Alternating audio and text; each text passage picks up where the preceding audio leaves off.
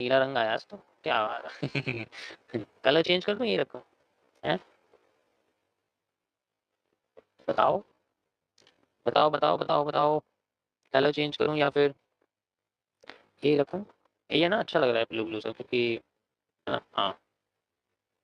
अब चलो शांत हो जाओ सारे, मुझे अब जैसा मैं कह रहा हूँ वैसे करो। ये okay guys, welcome to my stream. कोई भी मेरी मेरी स्ट्रीम पे ट्रेडिंग नहीं करेगा, बाय सेल नहीं करेगा, और बाय सेल की भीख मांगने बिल्कुल नहीं आएगा मेरी स्ट्रीम पर। ठीक है, I only create skilled people.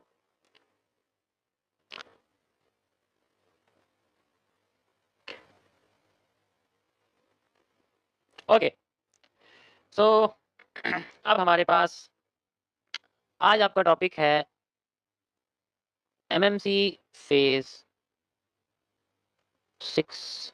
ठीक है, देखो जो फेज 6 है ना, ये बहुत छोटा सा है। मतलब फेज 6 ना मैंने पार्ट्स के अंदर डाल दिया। मतलब ऐसा होता है कि जैसे हमारे पास होता है, यहाँ पर मैं आपको कैंडल्स के विक्स और प्रेशर के बारे में बताऊंगा। विक्स एंड जो शेडोज के, प्रेशर नहीं सॉरी, विक्स और शेडोज के कॉन्सेप्ट के बारे में बताऊंगा। इसमें सारी चीजें वही है। ठीक है, ज्यादा बड़ा नहीं है, छोटा सा ही है। ठीक है, फेज का मतलब आप लोग चैप्टर समझ सकते हो। जैसे चैप्टर होता है ना, एक बुक का चैप्टर होता है, तो वो फेज का मतलब होता है किस तरीके से। पहले समझो ये दोनों में क्या फर्क होता है। देखो जैसे मान के चलो एक कैंडल है, कोई भी कैंडल है, इसकी ऊपर की लाइन है और इसके नीचे की लाइन है। इसी तरीके से एक और कैंडल है, वो कैसे भी हो सकती है। अगर उसके पास लाइंस हैं ऊपर नीचे, छोटी बड़ी कैसी भी हो सकती है, उससे कोई फर्क नहीं पड़ता।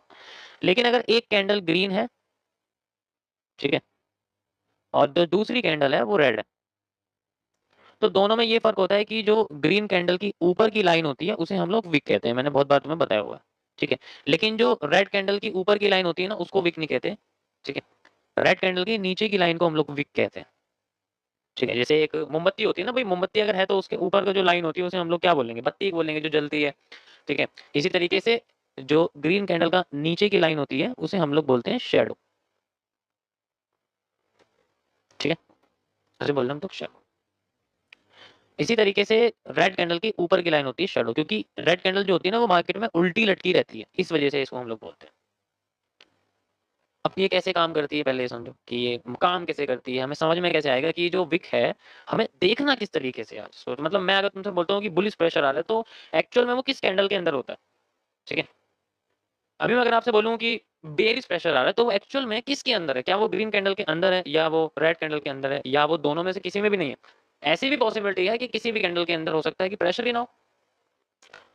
तो आज आपको मैं सबसे पहले विक्स के बारे में बताऊंगा। देखो विक क्या होती है। अगर मोमबत्ती को ऊपर से काट देंगे, मतलब एग्जांपल मैं आपको बताता हूँ, ध्यान से समझना इसे समझने के लिए। जैसे मान के चलो एक हमारे पास ना मोमबत्ती है, एक कैंडल है।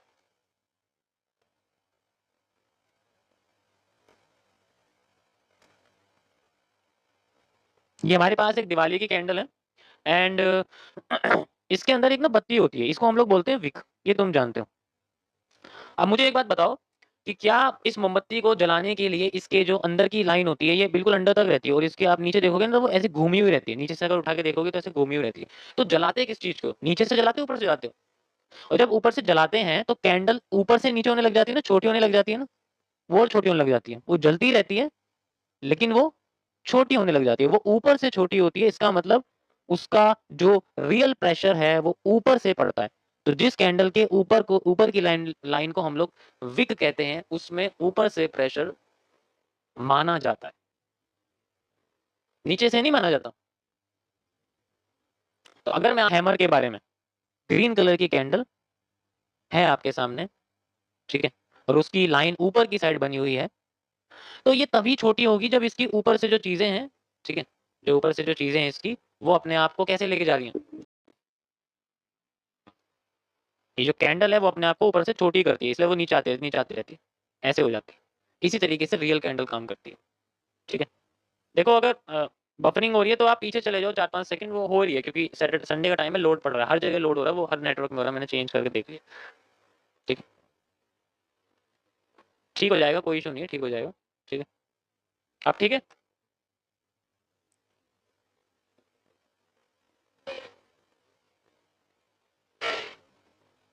कोई बात नहीं, मैं दोबारा समझाता हूँ। अब ठीक है? अब तो नहीं आ रहा? ठीक है, अरे वो हो जाता है, वो बीच-बीच में ना हो रहा है वो, एक तो लोड ज़्यादा पड़ रहा है ना, लोगों को ज़्यादा जो अपनी डिस्को वगैरह बजाने हैं आज के दिन, तो नेटवर्क में हो रहा है दिक्कत, ठीक है। बट आप पहले 10-15 सेकंड पीछे चले जाओ स्ट्रीम में, ज़रूरी नहीं है कि आपको बिल्कुल मेरे साथ न्यूज़ के चैनल की तरह रियल टाइम में देखना है, ठीक है। हाँ, तो अगर हम मोमबत्ती को जलाते हैं तो वो ऊपर से छोटी होने लग जाती है, तो इसका मतलब जो होता है प्रेशर जो होता है उसका ऊपर से पड़ता है। अगर हमने नीचे से दिया ना, अगर हमने नीचे से प्रेशर दिया, अगर नीचे जलाने लग गए, ठीक है, अगर हम नीचे से प्रेशर देंगे, हम नीचे जलाने लगे, तो मोमबत्ती क्या वो जलने की नहीं है, जलेगी तो ऊपर से जलेगी ना। तो अगर यहाँ पर अगर मैं आपसे बोलूँ कि एक ग्रीन कैंडल है, ये ग्रीन कैंडल बनती कैसे है? ये नीचे से ऊपर बनती है।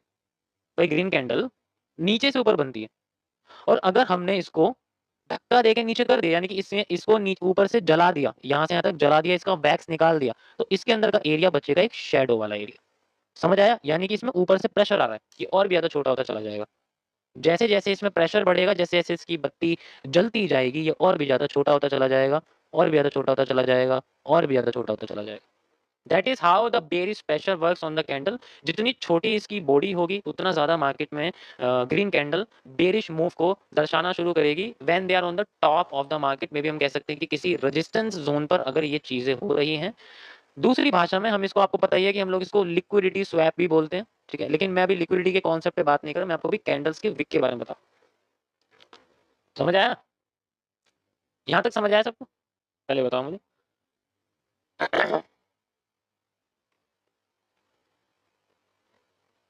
ओके? अगर इसमें नीचे की जो विक है, वो ऊपर की विक से लंबी है। यहाँ पर नीचे की विक की कोई वैल्यू नहीं होती, पहले ये चीज़ समझने की कोशिश करो। ग्रीन कैंडल के अंदर जो नीचे की लाइन होती है, जो शैडो होती है, उसकी कोई वैल्यू नहीं होती, क्योंकि उसको कोई नहीं देखता। उसको कोई भी नहीं देखता। इस इसीलिए जो मार्केट में हैमर्स होते हैं, वो कभी भी मार्केट के बॉटम पे हर बार नज़र नहीं आते, वो हमेशा मार्केट के बीच में नज़र आते हैं। जैसे मान के चलो बॉटम पे बुलिश एंगल्फिंग काम कर गई, तो वो आएगा नहीं बॉटम पे, वो बाद में आएगा। ठीक है? समझ रहे हो ना मैं क्या कह रहा हूँ? वो आएगा नहीं ब इसी तरीके से जैसे मैं आपको समझाता हूँ यहाँ पर कि अगर मान लो कोई कैंडल है और वो उसकी ऊपर की लाइन तो है, लेकिन नीचे की लाइन लंबी है। उससे कोई फ़र्क नहीं पड़ता कि नीचे की लाइन कितनी लंबी है। फ़र्क इससे पड़ता है कि उसके पास जो प्रेशर है, वो है, जो इसके पास जो ऊपर से बेयरिश प्रेशर है, वो अभी भी इसके पास लगा हुआ है, कोई दिक्कत नहीं है। अब क्या मार्केट यहाँ से नीचे जाएगी? It depends on its location. ऐसे कंडीशन में मार्केट में हमें इसकी लोकेशन मैटर करती है कि ये लोकेट कहाँ पर है, इसकी लोकेशन कहाँ पर है। रेजिस्टेंस पे है तो हैमर डिस्काउंट के बेसिस पे काम करेगा। अगर ये रेजिस्टेंस पे है तो it will work as a discount. ये कोशिश करेगा कि किसी भी तरीके से मुझे और अच्छा खासा मूव मिल जाए, यानी कि अपनी डिमांड से ज़्यादा डिमांड मांग। ठीक है? समझ रहे हो ना?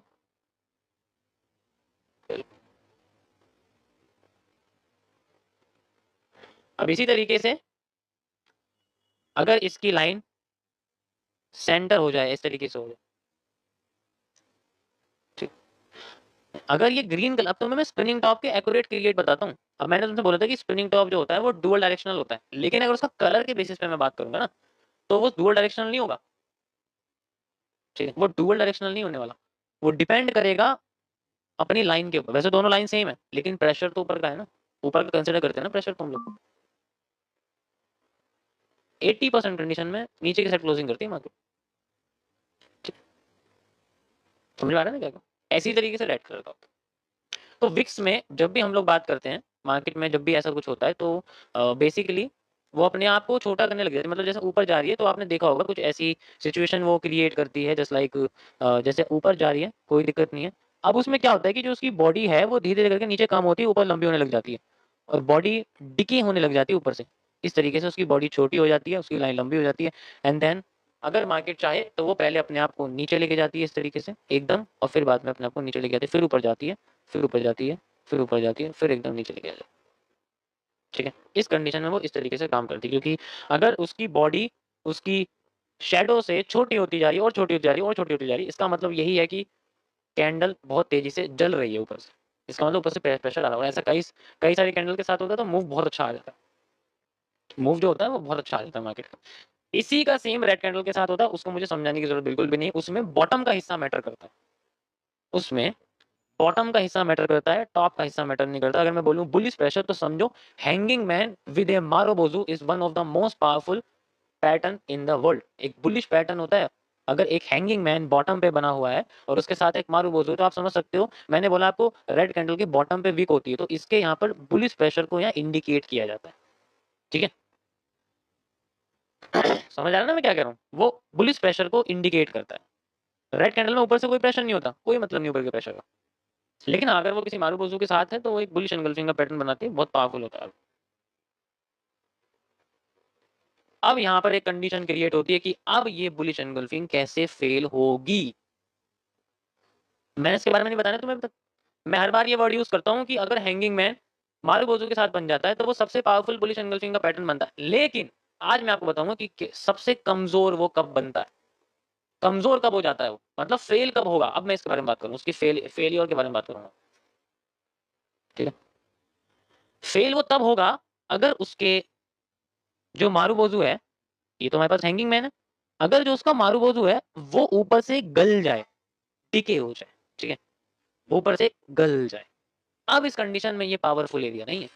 ठीक है, अब ये इस कंडीशन में पावरफुल, क्योंकि अगर अपनी ग्रीन कैंडल जो है वो बहुत ज्यादा ऊपर से छोटी हो जाए, बॉडी उसकी छोटी हो जाए, लेकिन हाँ जो रेड कैंडल है, जो हैंगिंग मैन है, उसकी बॉडी से रेड कैंडल ग्रीन कैंडल अब भी बड़ी है।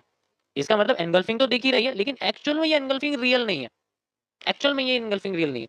अगली कैंडल अगर थोड़ी बहुत उठ गई तो उठ गई, वरना तो नेक्स्ट कैंडल इसको फेल कर ही देती है। ऐसे कंडीशन में हम इसको सॉल्व कर सकते हैं मार्केट के आफ्टर इफेक्ट्स के कॉन्सेप्ट। बस काम तो करेगी, लेकिन वो पहले फेल कर देगी उसको। फेल कर दिया इसका मतलब क्या होगा, हमारी तो कैंडल फेल होगी ना। तो अगर वो काम करना चाहे तो वो आफ्टर इफेक्ट्स में कर सकती है, दोबारा से अपने आप को हैंगिंग मैन और मारुबोजू पहले से ज्यादा पावरफुल बना के लेके से। इस कंडीशन में हो सकता है कि वो दोबारा से अपने आप को पावरफुल मारुबोजू में कन्वर्ट करे, क्योंकि ये इंपॉर्टेंट है, इसके ऊपर लाइन नहीं होनी चाहिए। समझ आया? चलो मैं आपको इसको ग्राफ पे दिखाता हूँ, मजा आएगा आपको देखने में। ठीक है, जैसे हमारे पास ये एरिया है एंड यहाँ पर मैं दिखाता हूँ, मैं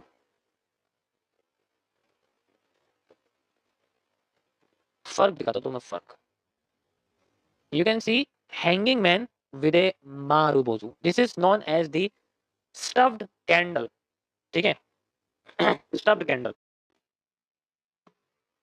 तो इस पैटर्न का नाम है, आपको बताया तो मैंने बताया नहीं, सॉरी। तो जब ये पैटर्न बन जाता है इसको हम लोग मार्क, इसको this is not as the bullish engulfing, मेरी डायरी में मैं इसको बुलिश एंगल्फिंग नहीं कहता।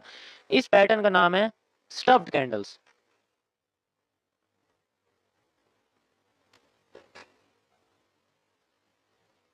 एंड ये आफ्टर इफेक्ट्स में ज्यादा काम करते हैं।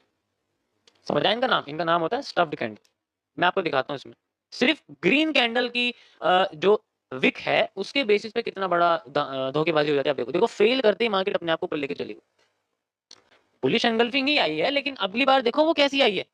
जो मारुबोजू बनी है वो कितनी अच्छी बनी है, मतलब वो पूरी है, ऊपर से उसके अंदर कोई भी लाइन नहीं है, वो बिल्कुल क्लियर है। इसी तरीके से आप यहाँ देखो, यहाँ पर मारुबोजू ऊपर से जो है वो दबी हुई नहीं है, वो ऊपर से गली हुई नहीं है, नीचे से गली हुई है, उससे कोई फर्क नहीं पड़ता। हमारी मोमबत्ती की नीचे से बत्ती निकाल दी, उससे कोई मतलब नहीं है उस चीज से।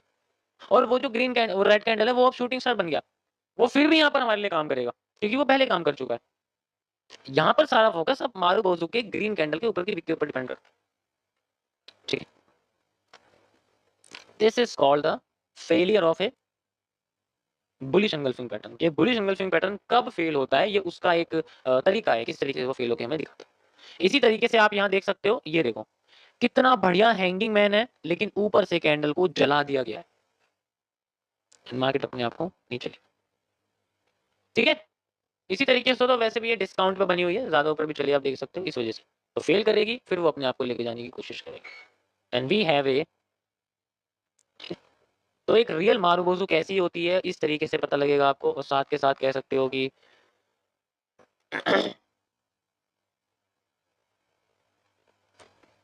समझ आया यहाँ तक लोगों को सबको? ये बहुत बेसिक है, लेकिन तुम्हें बता रहा हूँ ये बहुत सारी चीजें जो होती है ना वो आपको सॉल्व करने में हेल्प करेगा। बहुत सारी चीजें आपको सॉल्व करने में हेल्प करेगा। एक मिनट रुको।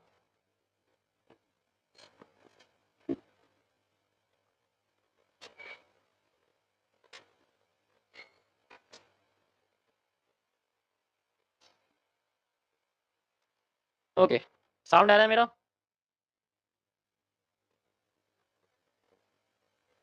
अब ठीक है, अब लैग तो नहीं कर रहा?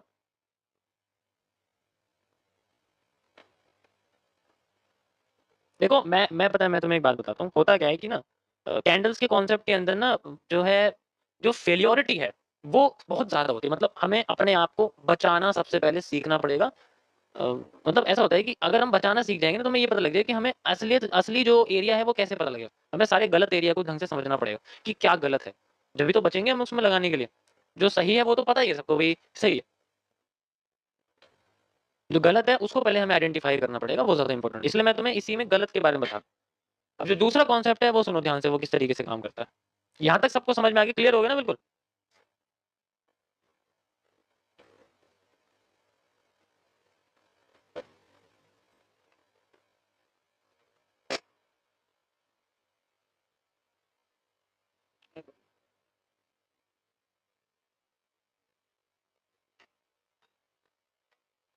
परफेक्ट।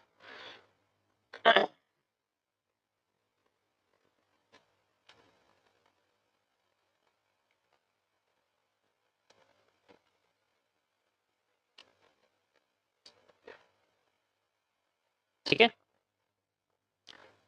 मेरे स्ट्रीम पर कोई भी बाय सेल की भीख माँगने नहीं आएगा, अपना कॉइन पसंदीदा बताने नहीं आएगा कि मेरे लिए ये कर दो, मेरे लिए वो कर दो। अगर ऐसे करोगे तो कभी कुछ नहीं सीख पाओगे, पहले ही बता रहा हूँ मैं तुम्हें। ठीक है?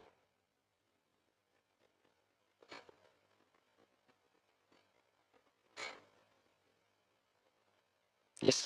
तो स्टफ्ड कैंडल जो होती हैं, वो बेसिकली ऐसी होती हैं कि जिनमें प्रेशर जो ग्रीन कैंडल का होता है, वो आपको ऊपर से ज़्यादा लगता है। मतलब मैंने आपको बताया ना कि ग्रीन कैंडल में ऊपर से प्रेशर मैटर करता है और जो रेड कैंडल होती है उसमें नीचे से प्रेशर मैटर करता है। तो अगर अ, यहाँ पर हमारे सामने ऊपर से प्रेशर ज़्यादा आ गया तो इसका मतलब वो बुलिश एंगल्फिंग फेल होने वाली है इन द फ्यूचर। ठीक है? समझ रहे हो ना?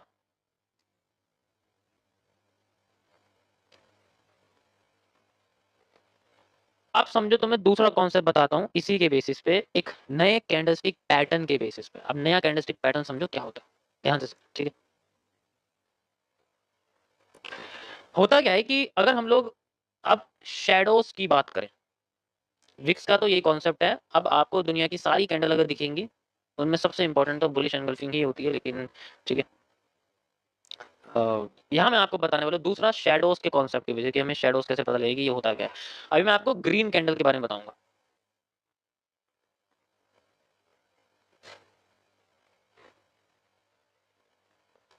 ये कैसे होती है, ग्रीन कैंडल्स के अंदर कैसे होता है।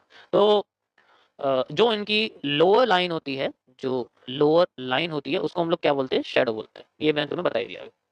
समझे ना? जो लोअर लाइन होती है उसे हम शैडो बोलते हैं।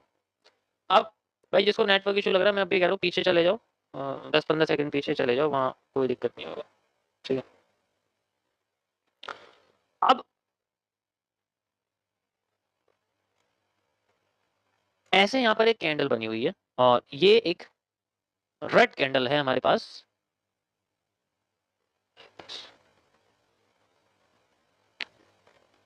ये एक रेड कैंडल है हमारे सामने। अब इसके अंदर हम इसको क्या बोलते हैं? हम इसको बोलते हैं एक हाई विक हैंगिंग मैन। ऐसे ही बोलते हैं हम लोग इसको। हाई विक हैंगिंग मैन इसको हम लोग बोलते हैं। ठीक है? अब इसके अंदर मैंने आपको बताया कि जो नीचे का हिस्सा होता है हम उसको शैडो बोलते हैं, जो नीचे की लाइन होती है उसको हम लोग सॉरी विक बोलते हैं, शैडो नहीं बोलते, विक बोलते हैं। This is known as the wick. अब अगर मैं मोमबत्ती को नीचे से जलाना शुरू करूँगा, वैसे तो पॉसिबल नहीं है कि वो नीचे चलो, मान लो इमेजिन कर लो कि ग्रेविटी उल्टी हो चुकी है, अब सारी चीज़ों को ऊपर धक्का देती है। अभी हम नीचे बैठे तो हमें नीचे दे रही है। इमेजिन करो कि ग्रेविटी हमें ऊपर की साइड धक्का देती है और अब यहाँ पर जो मोमबत्ती है, जो कैंडल है, उसको मैंने उल्टा कर दिया। अब मेरे पास जो कैंडल है, मैंने उसको उल्टा कर दिया, वी हैव लाइक दिस, और अब मैं उसको जला रहा हूँ। मान लो थोड़ा-सा टेढ़ा कर दिया उसको मैंने, मान लो, तो उसकी जो लाइट है वो इस तरीके से आपको दिखेगी। मान लो हम अभी भी मान लो ग्रेविटी में ही बैठे हुए हैं, तो उसकी बत्ती है तो हमें जो आग जलती हुई दिखेगी वो थोड़ी ऐसी दिखेगी। इस तरह थोड़ी-सी टेढ़ी हो सकती है, ये थोड़ी-सी कह सकता हूँ कि टेढ़ी हो सकती है, उसमें कोई इश्यू नहीं। ये हमारे पास है यहाँ पर, लाइक दिस, लाइक दिस। अब अगर हम इसको जलाएँगे तो ये नीचे से जलती-जलती रहेगी। इसका मतलब अगर हमें जलाना है तो नीचे से इसकी जो बॉडी है विक के साथ, वो अपने आप को खत्म करती रहती है। खत्म तो नीचे से खत्म करती है, ऊपर से खत्म नहीं करती।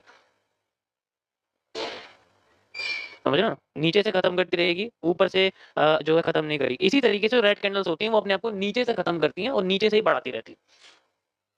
अगर इसका जो वैक्स है, इसका जो वैक्स होता है जिसे हम लोग कैंडल वैक्स कहते हैं, इसी तरीके से हमारी मार्केट में हम इसको वैक्स नहीं कहते, हम इसको कहते हैं holding volume. This is the holding volume. इसको हम लोग सेल साइड का sell side holding volume, SSHV, ठीक है। जैसे SSL होता है ना, सेल साइड लिक्विडिटी, इसी तरीके से सेल साइड होल्डिंग वॉल्यूम होता है ये। बट वैक्स भी एक होल्डिंग चीज है ना भाई, वो होल्ड पड़ी है। वैक्स क्या है? अगर मैं तुम्हारे सामने पूरी मोमबत्ती लग आगे रखी कर दूंगा जो पूरी भरी पड़ी है और ऊपर की साइड उसकी बत्ती छोटी सी, तो हमें कितना अच्छा लगेगा कि यार मेरे पास कितना सारा वैक्स है, पूरा भरा हुआ है, मैं आराम से इसको जला सकता हूँ, पूरी रात मेरी बीट है कि मैं पढ़ भी लूँ। लेकिन अगर मैं इसको आधा कर दूंगा, इतना कर दूंगा, तो तुम्हें क्या लगेगा? इसके अंदर तो वैक्स ही नहीं है, इसके अंदर तो बॉडी नहीं है, होल्डिंग वॉल्यूम, मैं इस पर यकीन कैसे कर लूँ कि पूरी रात मेरी बिता देगी? इसी तरीके से कैंडल्स के साथ होता है। हम कैंडल्स की छोटी बॉडी पे यकीन नहीं करते कि वो अपने आप को नीचे या ऊपर लेके जाएगी, ठीक है। अब यहाँ पर जो हैंगिंग मैन बना हुआ है ये ऐसी काम करता है। अगर ये बॉटम पे है ना, तो इस पे कोई भी यकीन नहीं करेगा कि ये अपने आप को नीचे लेके, उसके पास बॉडी नहीं है इतनी बड़ी। हाँ, अगर ये मारू बोझू है तो वो अलग बात होती है, ठीक है ना। तो इसी तरीके से ये काम करता है। तो अब अगर हमारे पास जो इसके बाद जो कैंडल है, अगर मान लो इसके बाद जो हमारे पास कैंडल है या इससे पहले वाली जो कैंडल है हमारे पास, ठीक है, यस यस, एक ऐसी कैंडल बनी हुई है हैंगिंग मैन वाली, लाइक दिस, हमारे सामने लाइन है, ऐसे वाली हमारे पास लाइन बनी हुई है, ठीक है, रेड कैंडल है। और उसके बाद हमारे पास जो अगली रेड कैंडल है वो ऐसे बनी हुई है, मान लो इस तरीके से बनी हुई है। तो ये तो बहुत अच्छी हमारे सामने एक आप कह सकते हो कि बेरिश एंगल्फिंग तो नहीं कहेंगे हम इसको, लेकिन एक हैंगिंग मैन का बढ़िया सा मूव दिखेगा कि वो अपने आप को नीचे लेके जा रही है। लेकिन अगर इस कैंडल ने अपने आप को नीचे से जला दिया, इस रेड कलर की मारू बोजू ने, ये जो रेड मारू बोजू है, ठीक है, अगर इसने अपने आप को नीचे से जला दिया, तो हैंगिंग मैन की पावर यहीं समाप्त होने लग जाएगी थोड़ी थोड़ी देर बाद, बिल्कुल उसी तरीके से जैसे कि हैमर की समाप्त होने लग जाती है। हैमर के बाद अगर ग्रीन कैंडल आती हो जाए या हैंगिंग मैन के बाद ग्रीन कैंडल आती हो जाए, तो उसी तरीके से होता है। तो ये अगर नीचे से अपने आप को जला दे और इसके अंदर एक लाइन निकल गया, जिसका मतलब हैंगिंग मैन अब कमजोर हो चुका है, आगे जाके अपने आप को रिवर्स कर देगा। हमें ट्रस्ट नहीं होता ना फिर बाद में। वैसे ही वो छोटी बॉडी वाला है, ऊपर से फिर ऐसे कर दिया, ठीक है। ये होने के 80% चांस होते हैं, फिर वो हर चीज तो 100% नहीं हो सकती, ये तो आपको पता ही है। अब मैं आपको उसको चार्ट पे दिखाता हूँ, ठीक है, कैसे ये चीज काम करते हैं, हम लोग कैसे समझेंगे इस चीज को। जैसे एग्जांपल के लिए ऐसा होता है, ये देखो, अगर मैं आपको दिखाऊं, ये आपके सामने है। अभी फिलहाल के लिए ग्रीन कैंडल इग्नोर कर दो, आपको इससे कोई मतलब नहीं, इसे हटाओ यहाँ से। सो अगर मैं आपसे बोलूं एक ये हैंगिंग मैन है, रेजिस्टेंस पे बना हुआ है, बहुत अच्छी बात है। उसके बाद एक रेड कलर की पूरी भरी हुई मारूबोजू आती है, and that is one of the best pattern हमारे सामने रिवर्सल का होता है कि एक हैंगिंग मैन के साथ एक बड़ी सी मारू। अब इस दोनों पैटर्न्स को हम लोग क्या कहते हैं, आज तुम्हें इसका नाम बताऊंगा। अगर तुम्हारे सामने पैटर्न बन गया तो तुम कैसे आइडेंटिफाई करोगे कि how we can identify the pattern where the market is making the same move, just like a bearish engulfing make. जैसे कि एक बेरिश एंगल्फिंग मूव बनाती है, इसी तरीके से कैसे बनाती है। तो अगर आपके सामने कभी फ्यूचर में एक हैंगिंग मैन बन जाए और उसके बाद एक रेड कलर की मारूबोजू बन जाए एट दी रेजिस्टेंस, ये चीज आपको याद रखनी है। कैंडल की लोकेशन हमेशा मैटर करती है, बेशक वो कितनी सुंदर क्यों ना हो, ठीक है। तो ये आपके सामने क्या है, this is a red marubozu, ठीक है, and this is a hanging man, ठीक है। क्या कह रहे हो? ये अलग है, ये आपका जो है ना, ये अलग है। ये 2CP का एक पैटर्न है, जैसे कि आपको बताया ना मैंने, स्टफ्ड कैंडल्स के लिए। ये स्टफ्ड कैंडल नहीं, यस। इन कैंडल्स को मैंने नाम रखा हुआ है transitions. These are the transitions candle. इसी तरीके से आपकी ग्रीन कैंडल भी होती है, ऐसा नहीं ग्रीन भी नहीं होती। जैसे एक हैमर आपके सामने बना हुआ है, ठीक है, और उसके बाद एक ग्रीन कलर की मारूबोजू बनती है, ये भी उसी तरीके से काम करेगी, उसमें भी कोई दो राय नहीं है। समझ आया? तो these are the transition candles, वो अपने आप को ट्रांसफर करती है, अपने को ट्रांजेक्शन करनी कुछ। ये तो सपोर्ट पर होता है, ये अपने आप को, ठीक है। बहुत जगह आप ये चीज नोटिस करोगे, बहुत जगह नोटिस करोगे ये चीज। कभी कभी इनके बीच में एक दो कैंडल आ जाएंगे, उससे फर्क नहीं पड़ता। मारूबोजू चाहिए हैंगिंग मैन के बाद, चाहे वो एक कैंडल के बाद आए, चाहे वो दो कैंडल के बाद आए। हैंगिंग मैन और मारूबोजू के बीच में अगर एक दो कैंडल आ गए ना, उससे फर्क नहीं पड़ता। हमें ओवरऑल दोनों का जो एक कॉम्बिनेशन है वो चाहिए विद इन ए 4 कैंडल्स के अंदर। 4 से 5 कैंडल के अंदर हमें ये दोनों कैंडल्स चाहिए, अगर हम चाहते हैं कि हमें मार्केट को नीचे की साइड देखना है चलते हुए। तो ये इसी तरीके से हैंगिंग एक हैमर और एक ग्रीन मारूबोजू के साथ भी ऐसे होता है, अगर वो साथ में नहीं है, लेकिन हाँ उसके बीच में 2-3 कैंडल बनने के बाद एक मारूबोजू वो बन गई। अब अगर इनके ऊपर नीचे किसी भी जगह पर हमें स्टफ्ड देखने को मिलती है, वो स्टफ्ड एरिया जो देखने को मिलता है, उस कंडीशन में हमें फेल होती हुई दिखेगी फ्यूचर में। ज़्यादा लंबा मूव देने की कोशिश नहीं करेगी, मारूबोजू खुद अपने आप को कमज़ोर करेगी। समझ आया? इस तरीके से काम करता है। मैं आपको चार्ट पे दिखाता हूँ ये कैसे दिखता है हमें। लाइक दिस, यहाँ तो मैंने तुम्हें दिखाई दिया, इसमें कोई दो राय नहीं है, तो बिल्कुल सिंपल है आपके सामने। ठीक है। How we can identify the stuffed candle. Clear, marubozu like A1। ठीक है, ये देखो, ये आपके सामने स्टफ्ड कैंडल है, आपके सामने बनी हुई है। आई, रिवर्स करी, ऊपर नहीं गई, फेल नहीं करा, लेकिन रिवर्स करी, देन फिर अपने आप को नीचे लेके आ गई। ठीक है, ठीक है। कभी कभी वो मैंने क्या बोला, 80% चांस होते हैं, रिवर्स तो जरूर करेगी, ऐसा नहीं हो सकता रिवर्स नहीं, वो अपने आप को रिवर्स करेगी, फिर अपने आप को नीचे लेके जाएगी, या अपने आप को रिवर्स भी कर सकती है, ऐसा भी हो सकता है। कंटिन्यूएशन के ऊपर बात होती है सारी। इसी तरीके से सुपीरियर्स को आपको ज्यादा देखना पड़ेगा, जो बिल्कुल टॉप पे होती है वो ज्यादा। ये देखो, ये आपको दिख रही है, ये दोनों कैंडल्स आप देखो। ठीक, तो स्टफ्ड नहीं होनी चाहिए, स्टफ्ड होगी तो उसमें उसकी जो पावर है वो खत्म हो जाएगी, वो हमें ज्यादा नहीं दिखेगी, अपने आप को कमजोर दिखाने की कोशिश करेगी, डायरेक्ट मूव हमें नहीं दिखेगा। जैसे लाइक आप ये देख सकते हो, ये एक पार्शियल हैंगिंग, मैंने आपको पता है, मैं पहले ही बताया हुआ, दिस इज द पार्शियल, ये जो आपको कैंडल दिख रही है, उसके बाद एक बीच में ग्रीन कलर, उससे कोई मतलब नहीं, लेकिन उसके बाद हमें एक दिखती है बहुत ही बढ़िया मारूबोजू विदाउट एनी स्टफ्डमेंट, कोई भी स्टफ्ड नहीं है। ठीक है, इसी तरीके से हमारे सामने। ठीक है, तो ये 80% चांसेस होते हैं इसके अच्छे तरीके, वो अपने मतलब चैनल के हिसाब से मूव क्रिएट करती है ना भाई। अगर इतना चैनल है तो वो यहाँ से जाएगी, यहाँ आ जाएगी।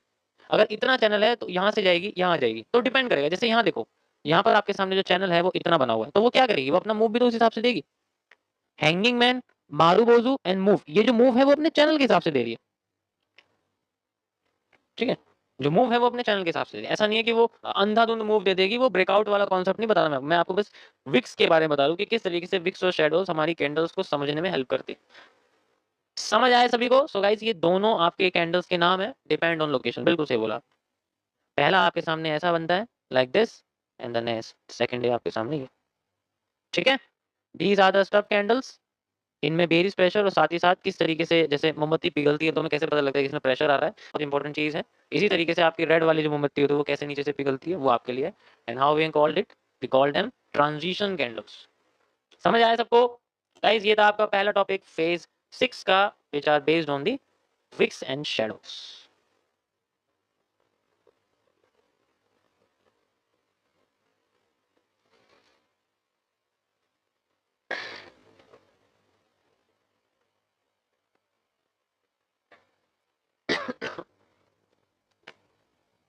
बाकी तो देखो, आप कम से कम 500,000 कैंडल्स देखोगे तो आपको तभी पता लगेगा। ऐसा नहीं हो सकता कि एक ही दिन में आपको सारी कैंडल दिखेगी, नहीं, 500,000 से नीचे आपको कोई भी एक्यूरेसी समझ में नहीं आएगी कैसे होती है।